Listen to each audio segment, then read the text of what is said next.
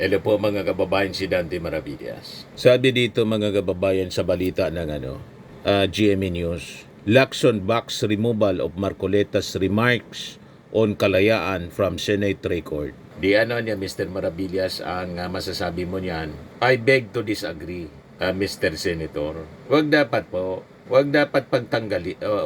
tanggalin, ipatanggal ang naging mga pahayag po ni Senator Marcoleta para po maging constant reminder sa ating mga kababayan na ang isang senador na tulad ni Marcoleta ay lantarang ipinagkakanulo ang ating bansa para pag ni-research ng ating mga susunod na mga henerasyon, alam nila na once upon a time, a certain Senator Marcoleta ay tahasang ipinagkanulo ang ating bansa sa mga Chino. At bababa siya in history na isang makabagong makapili. O di ba, mga kababayan? Kaya hindi ako sang-ayon, Mr. Senator, sa inyong posisyon ngayon. Yan mga kababayan, sabi dito sa GMA News Online. Senator Ping Lacson on Sunday expressed willingness to have the remarks of Senator Rodante Marcoleta, who allegedly suggested that it may be easier to let go of the Kalayaan Group of Islands amid tensions with China removed from the Senate record. Sabi nga po ni Atty. Falsis, mga kababayan, dapat itong si Marcoleta i-declare na persona nung grata ng mga taga-Kalayaan Island. May mga residente doon at may mayor nga po. Si J. Tariela, Commodore Tariela, nag-offer pa kay Marcoleta. Imbitado ka anya, welcome ka, bisitahin mo anya. Magsama tayo, papunta doon sa Kalayaan Island para makita mo mismo at siguro para mapag-isip-isip kung tama ba ang mga pinagsasabi ni Marcoleta. Una nang sinabi po ni Ping Lacson, giving up anya Kalayaan Island Group is no different from giving up Luzon Island or the entire country. Yan o. Tinuligsa ni Senator Ping Lacson ang mungkahing isuko ang Kalayaan Island Group dahil anya katumbas nito ang pagsuko na ng Luzon o maging ng buong bansa. Kasunod ito ng naunang pahayag ni Marcoleta sa pagdinig ng Commission on Appointments na isuko ang KIG dahil umano hindi na ito sakop ng Exclusive Economic Zone ng Pilipinas. Sabi po ni Ping Lacson, under international law, first discovery in possession of land that belongs to no one under the legal principle of res nullius or terra nullius is a recognized mode of sovereign ownership. Even non-lawyers were taught this in school. Alam niya ng kahit hindi nag-aral ng batas, ang nakakalungkot, yung abogado na, senador pa, hindi yata alam.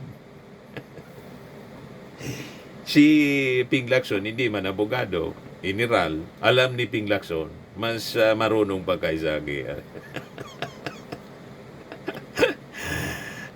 Sa bagay, si Chis Escudero nga, yung forthwith, hindi alam yung meaning, mas alam pa ni One Ball, university graduate, Iskol Bukol, Itbulaga host, Senate President Tito Soto. Yan ang nakakalungkot mga kababayan ngayon. Yung mga inaasahan natin marurunong kasi abogado, matalino. Nagkakalat po. O, di ba? Yan ang nakakalungkot mga kababayan. Pero sabi natin, hindi ako sang-ayon na tanggalin yung mga pinagsasabi niya. Dapat maging parte siya ng history para hindi makalimutan ng mga tao yung mga traidor ng bayan. Di ba? Ito, hindi ako sang-ayon dito sa sinabi ni Ping Lacson. I agree. Nasa minutes siya ng Commission on Appointments. Pangit yun. Sabi ni Ping Lacson, but Lacson was quick to clarify that the matter is still up for discussion by the entire commission. Hindi pwedeng magdesisyon dyan ang hindi majority ng Commission on Appointment, sabi po ni Lacson sa interview. Lacson said Marcoleta's statements could be construed as a softening of the Philippines' pushback against China's territorial claims in the West Philippine Sea. Definitely, kasi nanggaling sa senador mismo at nandun sa record, medyo ma-weaken ang posisyon natin dahil nasa record. Kaya gusto niyang ipatanggal kasi ulit-ulit na mababasa, gusto na lang nakalimutan. Payag kami, basta tanggalin ninyo yan si i-ethics committee ninyo. Itong si Marcoleta, tanggalin din sa pagka-senador at declare persona non grata tulad ng suggestion ni Atty. Falsis ng mga taga-Kalayaan Group of Islands. Ayan, sabi ni Atty. Falsis, Jesus Falsis urges Kalayaan to declare Marcoleta's persona non grata if he insists on giving up the islands. Sabi ng mga nag-react dito, si Alfredo Villaflor, okay lang wag tanggalin sa record kung tatanggalin ang nagsalita. Sabi ni Ricardo Manaysay, why remove? What is the point? Leave it there. Record yan na pwedeng balikan ng mga susunod na henerasyon para hindi pamarisan at makita kulay ng nagdaang pamunuan. Tama. Sabi ni Quintin Arsiaga, lalabas kasi sa susunod na henerasyon, totoo yung sinasabi ni Marcoleta. May punto din. Sabi ni Tio Biong, yung si Senator Marcoleta, napakaduwag sa isip. Hindi ito gira, ito isang labanan sa paninindigan. Ikaw ba'y totoong Pilipino? Di lamang sa salita, kundi anong paninindigan bilang senador? At ano ang magawa sa iyong ito, sa isyong ito, bilang mambabatas? Sabi ni Solomon sa Lalugan, bugbog na bugbog si Senator Marcoleta sa isyu ng KIG, kahit saan na sukmed, tinitira na siya. Siyempre, sabi ni Hank Fonte, anong nangyari sa kaso niya sa COMELEC and Election Department? May suggestion nga, mga kababayan, na para matanggal si Marcoleta, hindi umubra sa ethics sa complaint sa kanyang mga pinagagawa, yung susi na hindi siya nag-file ng tama, hindi siya diniklara, mga kababayan, inamin niya sa isang interview.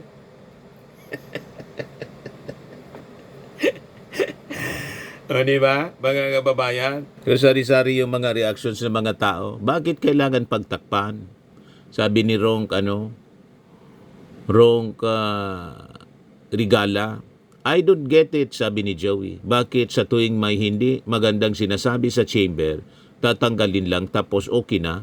Dahil ba ayaw mailagay sa history at masira ang institusyon? Grabe naman.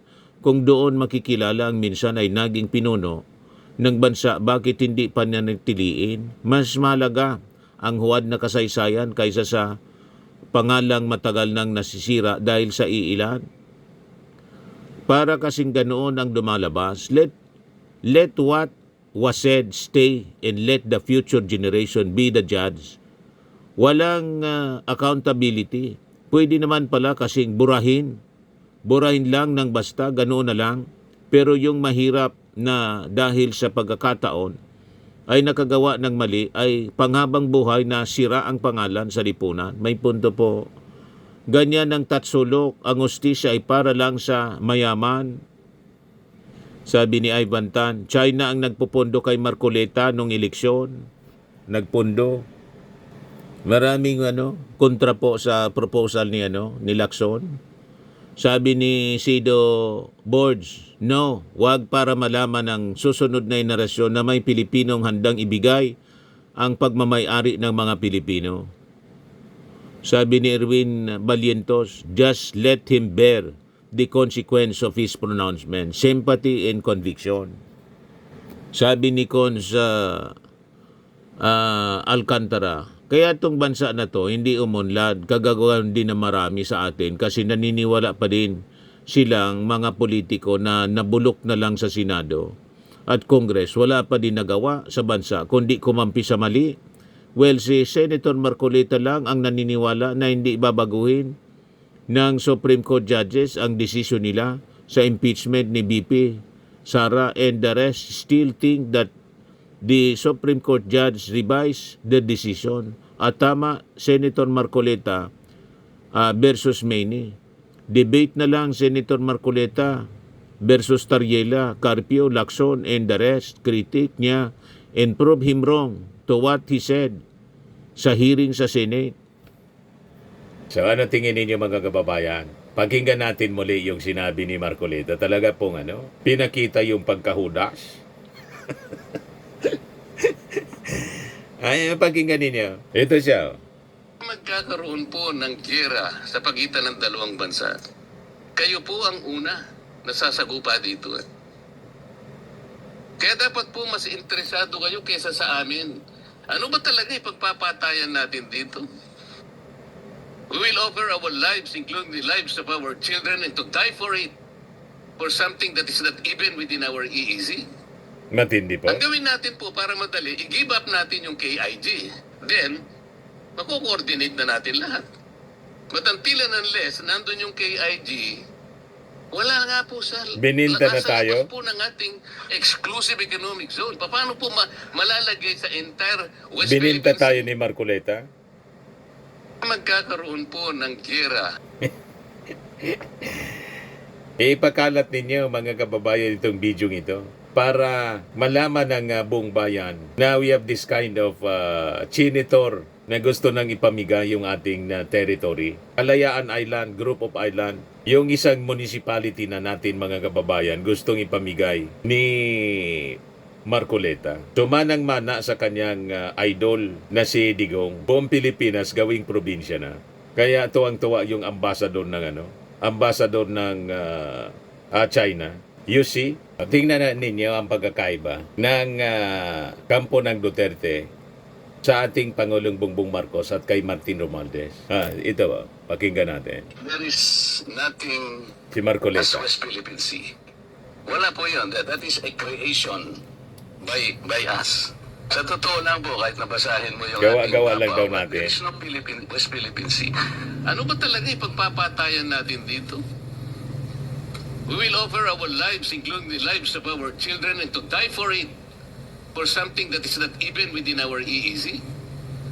Ang gawin natin po para madali, i-give up natin yung KIG. Kaya nga sabi ko, Yan si Digong. why are you so sparing? Gusto ninyo, gawain na lang ninyo kaming province, Fujian, pati... Consistent siya sa posisyon ni mismo ni Digong. Wala tayong problema. Kayong mga Pilipino nagikinig ngayon, boundary lang, tubig lang naman, hayaan mo yan. Insist on Boundary ng tubig daw, ayaan na daw. karami ng dagat natin, ibigay na lang. Oh, sige, oh. Ibigay na lang daw. Si Martin. The Philippines remains steadfast in protecting our Yan ang may rights paninindigan. and entitlements in the West Philippine Sea by upholding international law, particularly the 1982 UNCLOS and the 2016 South China Sea Arbitral Award. We categorically reject attempts to undermine our sovereignty, sovereign rights, minamali nila yan. Ganyan ang paninindigan. Our approach is anchored on legal clarity, diplomatic dialogue, leveraging partnerships, and the peaceful settlement of all disputes. Ang West Philippine Sea ay hindi katang-isip natin lamang. Hindi katsang-isip, sabi ng Pangulo. At ito ay mananatiling atin hanggat nag-aalab ang diwa ng ating minamahal na bansang Pilipinas. Yan ang leader. Pagtitibayin at palalaguin natin ang kamalayan at kaalaman ng buong bansa at titiyakin na maipapasa natin ito sa kabataan at ating susunod na mga salinlahi. Di ba? Malinaw po ang may tamang paninindigan. Totoong ipinaglalaban po. Peaceful. Hindi man tayo magkikipaggira. Peaceful settlement, sabi ni Martin Romualdez. Ganon din yung ating Pangulo. Pero, sa propaganda po ng mga DDS, sinusubo daw natin sa problema yung ating bansa. Gusto natin makipaggira. Kayo lang ang may sabi niyan. Peaceful settlement of disputes, sabi po ni Martin Romualdez. Pati ng ating Pangulong Bongbong Marcos. Nakita na ninyo? Anyway, yun lang po ang ating short video mga kababayan. Ako po si Dante Maravillas. Bye-bye. God bless.